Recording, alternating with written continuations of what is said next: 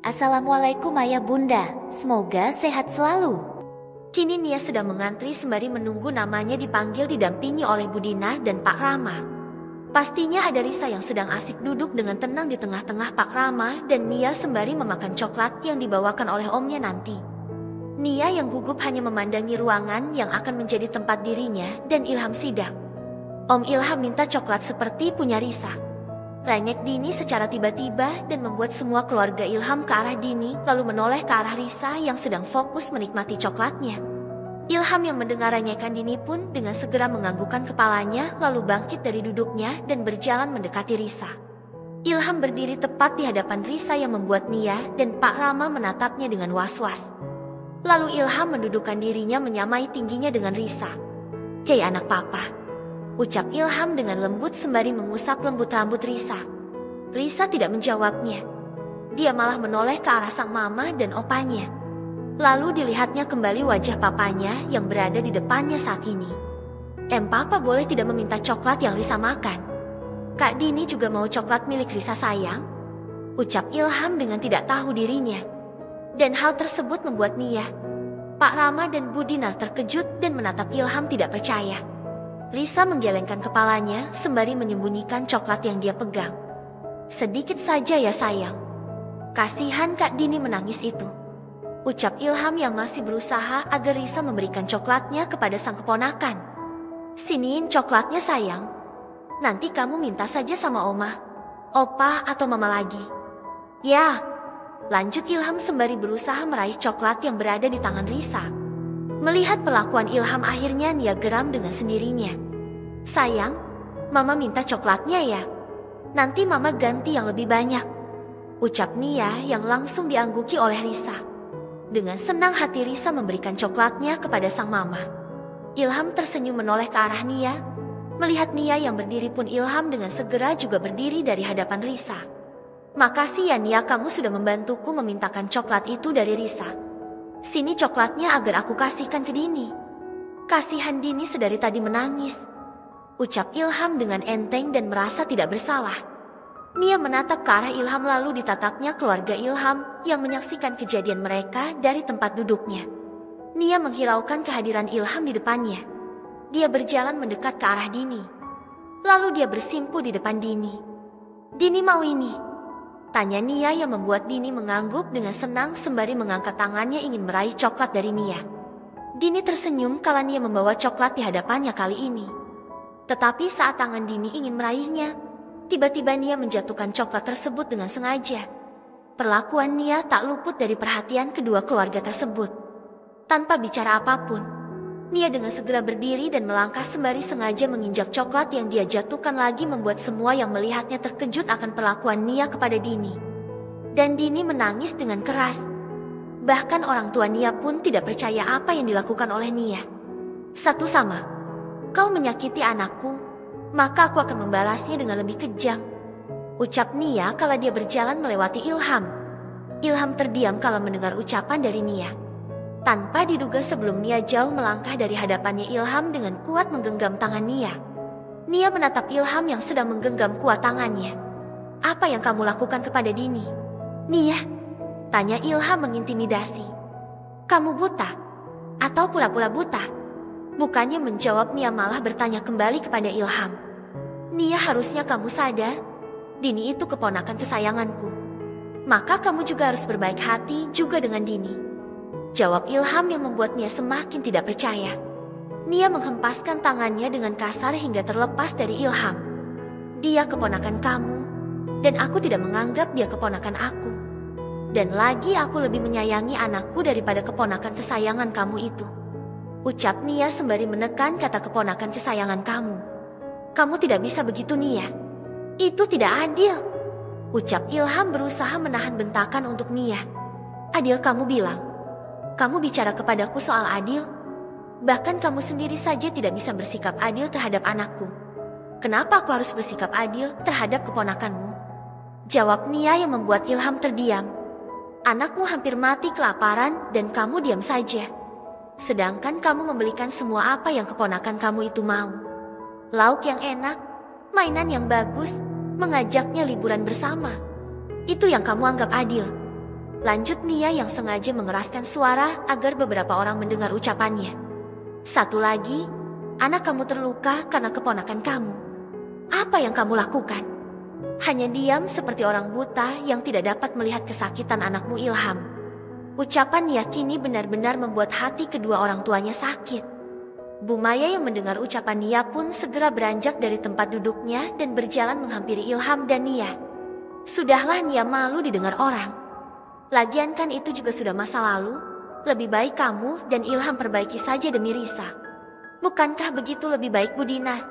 Pak Rama, ucap Bu Maya yang berpura-pura baik di hadapan keluarga Nia. Bu Dinar beranjak melangkah mendekati ketiganya.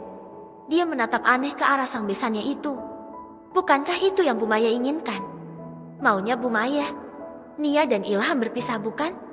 Agar Ilham bisa menikah dengan selingkuhannya. Kenapa sekarang seolah-olah berbeda? Tanya Bu Dinar dengan bertubi-tubi yang membuat Bu Maya gelagapan. Setelah itu, keluarga Ilham terdiam tanpa ada yang berbicara sedikit pun. Panggilan untuk saudari Sania Lestari Adiwiratama dan saudara Ilham Ananda untuk segera memasuki ruangan. Mendengar panggilan dari dalam, tanpa banyak bicara Nia mengajak kedua orang tuanya dan Risa untuk segera masuk ke ruangan. Di dalam ruangan, Nia dan Ilham sedang duduk di tempat yang sudah disediakan untuk mereka. Beberapa waktu berlalu, sidang sudah terlaksana. Ternyata benar dugaan Nia. Keluarga Ilham pasti akan membuat sidang hari ini belibet. Kini keputusan sidang belum dipastikan. Tetapi Nia dan Ilham diberikan kesempatan untuk menuju ruang mediasi. Aku menginginkan hak asuh Risa. Ucapan Ilham yang tiba-tiba sontak membuat Nia terkejut. Apa kamu bilang? Tanya Nia memastikan. Kamu tuli. Aku menginginkan hak asuh Risa. Maka berikan hak asuh Risa kepadaku dan jangan kamu cabut mobil dari Lani. Maka aku akan mempermudah sidang ini. Atau jika kamu tidak setuju, maka aku akan berusaha membuat persidangan ini rumit. Ucap Ilham seperti mengancam Nia. Nia menatap Ilham tajam. Asal kamu tahu, walaupun kamu mengancamku seperti ini, aku tidak akan memberikan Risa kepada kamu. Aku lebih baik kehilangan banyak uang untuk menyewa pengacara dan akan selalu mempertahankan Risa agar jatuh di tanganku, daripada aku harus memberikan Risa kepadamu tanpa perlawanan. Ucap Nia membuat Ilham semakin geram.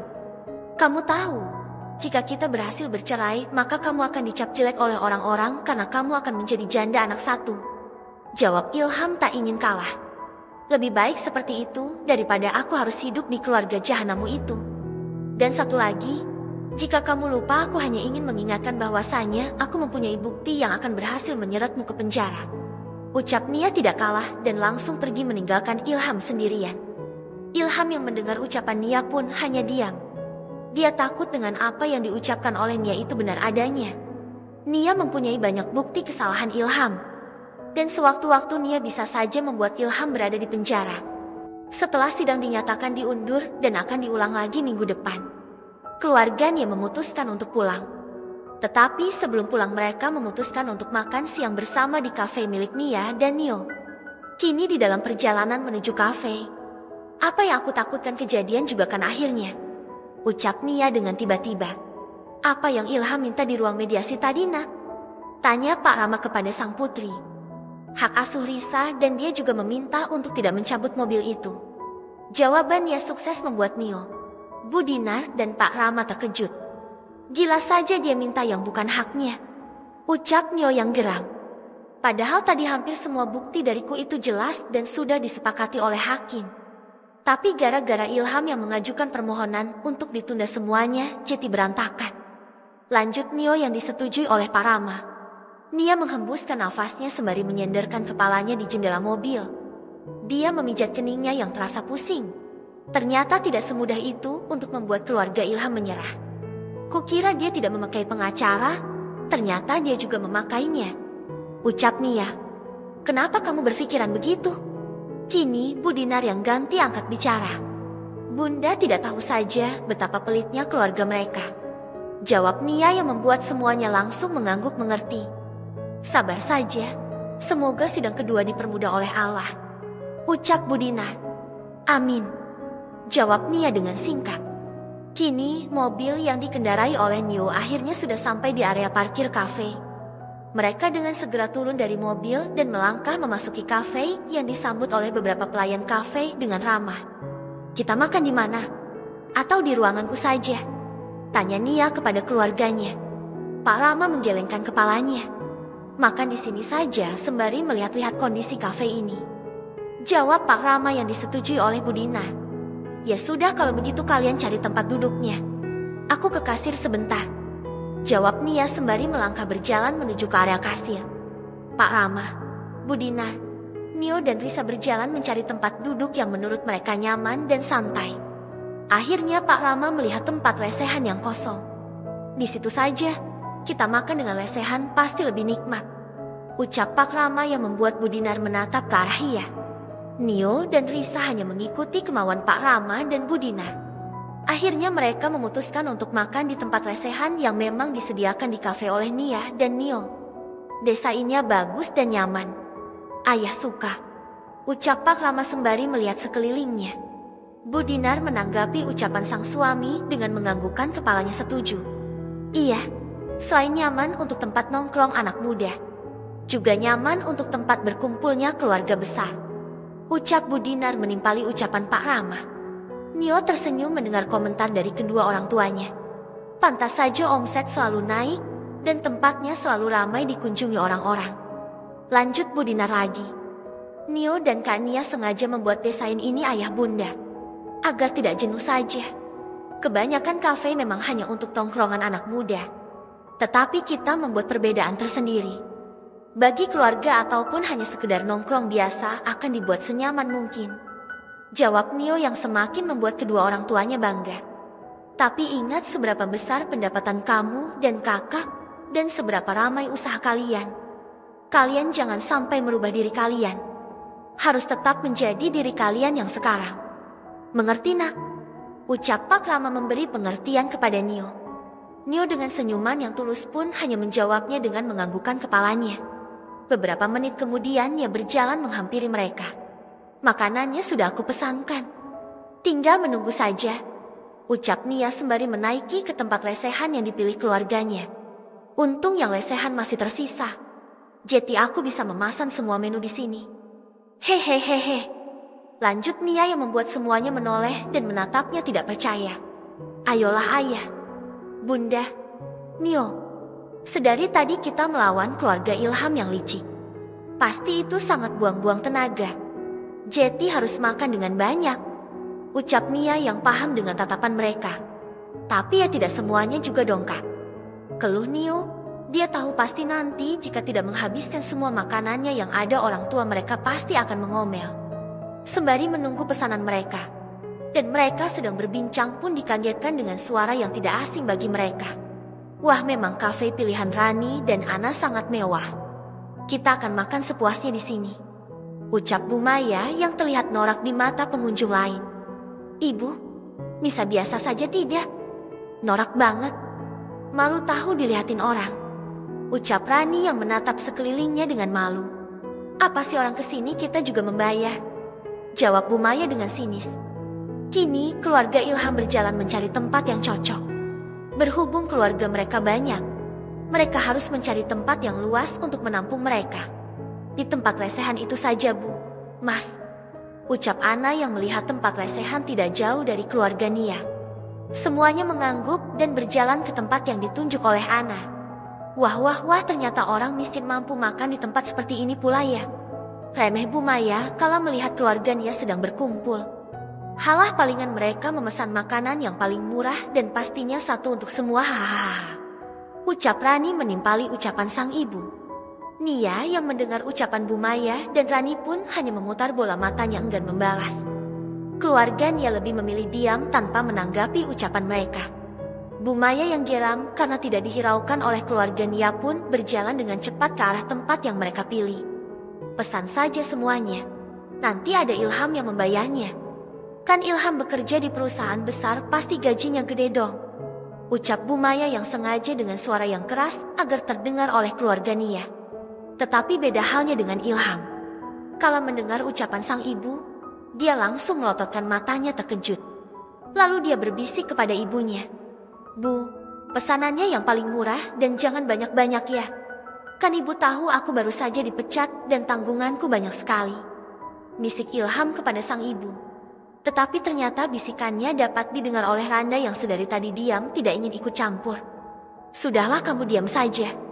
Biarkan Mas, Mbak dan adikmu memesan yang mereka inginkan. Toh kamu juga pasti masih memegang uang hasil dari gaji terakhirmu kan? Sudah pakai itu saja. Jawab Bu Maya lagi. Ilham menghembuskan nafasnya dengan kasar. Dia hanya memegang uang itu. Dan kini semuanya harus dia yang menanggung. Padahal masih ada Agum yang masih bekerja bahkan menjadi manajer di sebuah perusahaan. Randa yang baru mengetahui semuanya pun terkejut kala Ilham berkata bahwa dirinya baru saja dipecat.